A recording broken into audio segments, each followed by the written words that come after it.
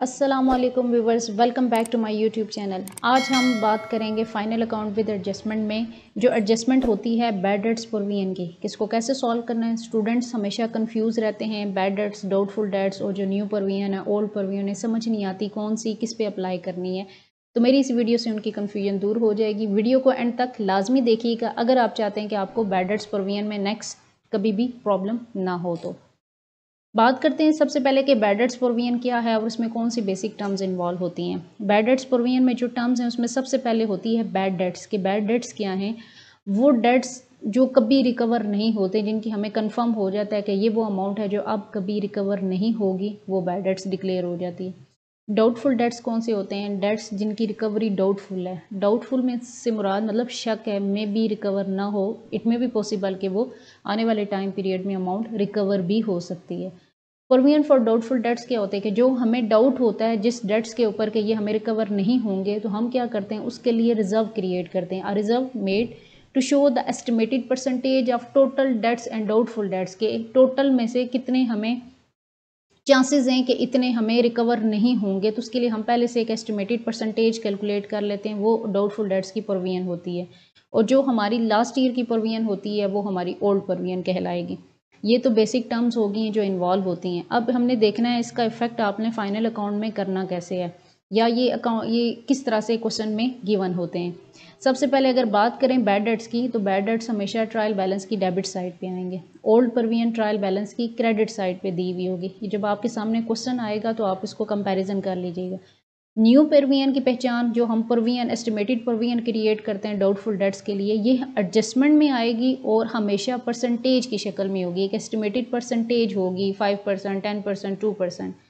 जबकि additional dates जो कि हमें मतलब ड्यूरिंग द सेशन पता चलते हैं कि जी मज़ीद इतने जो है वो डाउटफुल डेट्स हैं जो कि कंफर्म हो गए हैं कि ये अब रिकवर नहीं होंगे, तो फर्दर डेट्स के नाम से या एडिशनल डेट्स के नाम से ये चीज़ भी एडजस्टमेंट में आएगी। लेकिन इसकी पहचान क्या होगी? ये अमाउंट की शेप में होगी कि इतने पैसे हैं जो कि बैड डेट्स डिक्लेयर हो गए, 1500, 1000, 10,000, वट एवर, जो भी अमाउंट आपके क्वेश्चन में एडजस्टमेंट में होगी।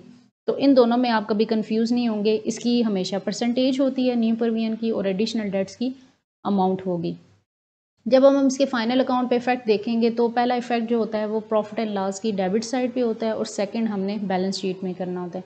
प्रॉफिट एंड लॉस की डेबिट साइड पे आप हमेशा ये फॉलोइंग फार्मूला अप्लाई करो। गिवन डाटा जो दी हुई है वैल्यू तो लिख दें, अदरवाइज आप उसको जीरो कर दें, लेकिन आप ये पूरा फार्मूला लिखा करो ताकि आप कंफ्यूज ना हो।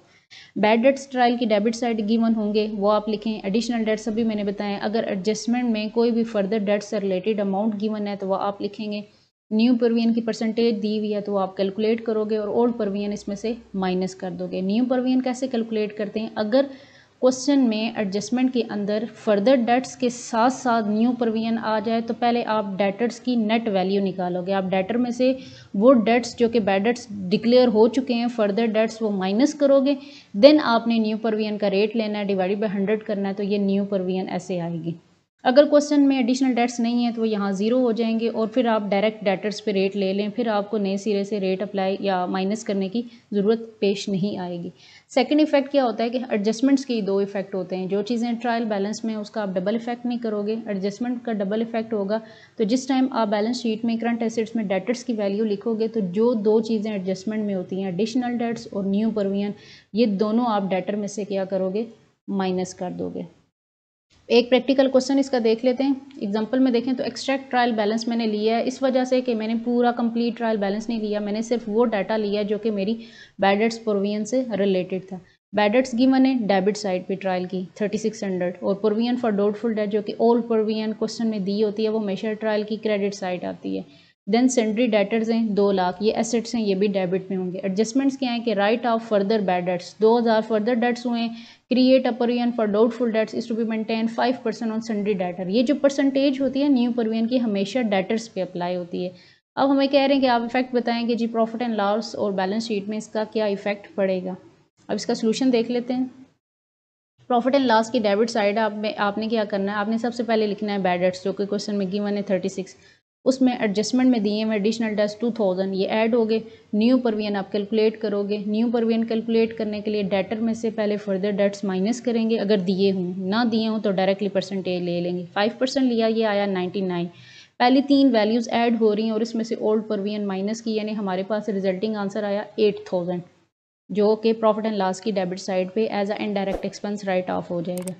बैलेंस शीट में क्या करना है, बैलेंस शीट में जब आप डेटर्स लिखोगे करंट एसेट्स में 2 लाख, तो इनर में आपने क्या करना है, जो चीज़ें एडजस्टमेंट में थी न्यू प्रोविजन और एडिशनल डेट्स, ये दोनों आप डेटर में से माइनस कर दोगे। जो नेट डेटर बचेंगे ये रिसीवेबल बैलेंस 1,88,100 ये आएगा बैलेंस शीट में। होप्स हो कि अब आपको ये एडजस्टमेंट क्लियर होगी। वीडियो अच्छी लगती है तो लाइक ज़रूर कीजिएगा और अगर नए हैं तो चैनल को सब्सक्राइब लाजमी कीजिएगा।